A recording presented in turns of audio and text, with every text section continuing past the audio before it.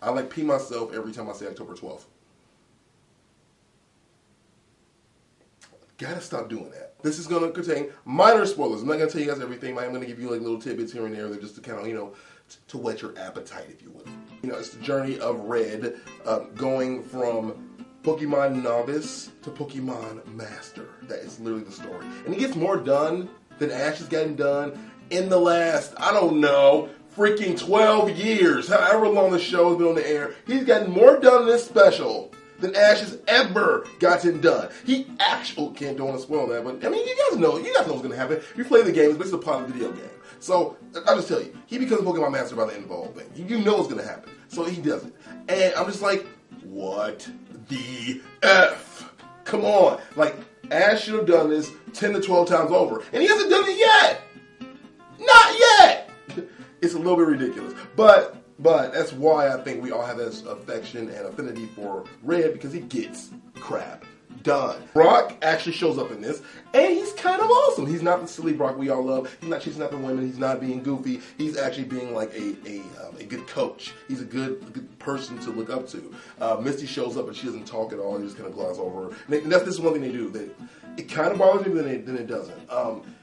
At the end of every special, I think there's like 5 or 4 pieces to it. At the end of every special, you leave off at 1 point. So let's say, like, you know, Red just defeated, you know, a master trainer. So he's like, okay, I just defeated this trainer, boom. And then when it picks up, it goes, well, while you were gone, Red defeated that same trainer you already saw, somebody else, caught a new Pokemon, did this, did that, boom, bam, and now here we are, and they throw you into the middle of the story because you weren't there, so you missed it. You just were not there. You had to be there. You had to be there. I'm sorry. You weren't, because they just elapsed over all of it. And it creates a good pacing thing, because, to be honest, to tell the entire story of the Pokemon first 2 video games would probably take a much longer than 90 minutes. And that's what we have. We have 90 minutes to tell the story in. So, I mean, it blows, because you kind of, I didn't want to see Misty. I didn't want to see him catch some of the other Pokemon. I didn't want to see some of these battles, because some of those battles, they were awesome. But I get it. I get it. You can't show everything. So, I'll forgive you. But that is one thing that was a little bit like, come on, baby. Why you gotta do that to me? And I'm like, you know what? It's cool, because you treated me good.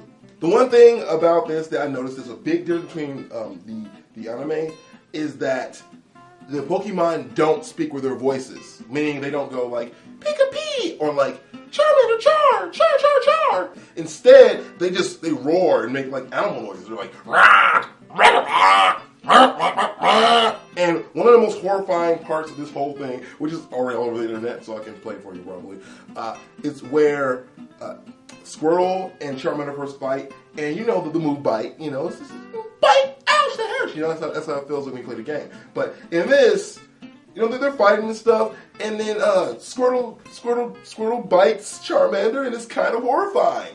Finish him!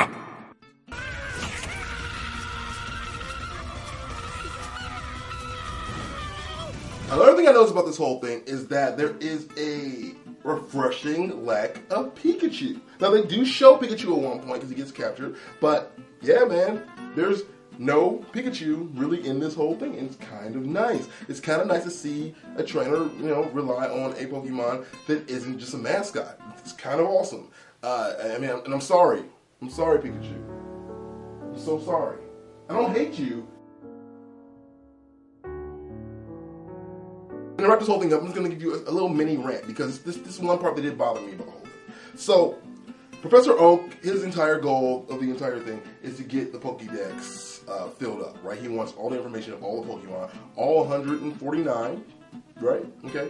And then, you know, you get to the, like, close to the end, and you realize that, oh yeah, he saw them all, but wait, there's 150 Pokemon, so where's Mewtwo? Where are they at? I mean, are they supposed to be in here? What do you mean 149? You're missing one, yo. And then they get to that part, and this is a minor spoiler, and so, Green/Blue/Gary is like bandaged up and beat up and has like stuff all over him, like 2 kinds of band-aids on his face, and obviously he got his Butte kicked. Professor Oak realizes that means that Gary/Blue/Green saw a like mysterious Pokemon species that has not been, you know, revealed yet, and so he gets excited and tells Red to go do the same thing that Gary/Blue/Green just attempted to do. But you see what condition he's in, right? He gets bandaged up. He gets beat the heck up. This is like basically telling him, hey man, you know, I see that you got, you know, all these lacerations and stuff. But can you go out there where that murderer is and hang out for a little bit? Because I know that my grandson just got beat up, but hey, I'm okay with sacrificing more kids if I can get my Pokédex filled. What a horrible adult. Yeah, that's all I got. So the Pokemon Origins special, freaking awesome. 5 Squirtles out of 5 Squirtles. Now get out there and go watch something. My name is Chris, and Abra use teleport. For those of you that are dirty pirates like me and have already seen the special, what did you think? What could you guys have done differently? And for people that have not seen it or trying to like remain spoiler free, what do you guys want to see in this special? What would make it more exciting for you? Let's talk about it down below.